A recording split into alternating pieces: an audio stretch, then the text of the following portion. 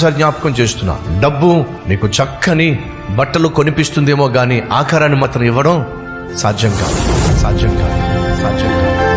డబ్బు ఖరీదైన కారును కొనిపెడుతుందేమో కానీ ఆ ప్రయాణంలో మాత్రం క్షేమాన్ని కొనిపెట్టలేదు. డబ్బు నీ ఇంట్లో ఫర్నిచర్ని కొనిపెడుతుంది, చక్కని మంచాన్ని కొనిపెడుతుంది, ఏసీని కొనిపెడుతుంది, కానీ సుఖాన్ని మాత్రం కొనిపెట్టలేదు.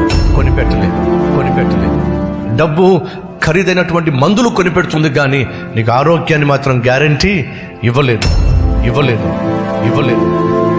డబ్బు నీ కూతురు పెళ్లి ఘనంగా జరిగిస్తుంది, కానీ డబ్బు మాత్రం కాపురము చేయించలేదు, కాపురాన్ని కట్టలేదు. డబ్బు ఒక అద్భుతమైన ఇల్లు కట్టిస్తుంది, కానీ కుటుంబాన్ని మాత్రం కట్టలేదు. డబ్బు అద్భుతమైన అందమైన సమాధిని కట్టిస్తుందేమో కానీ నేను పరలోకానికి మాత్రం చేర్చలేదు.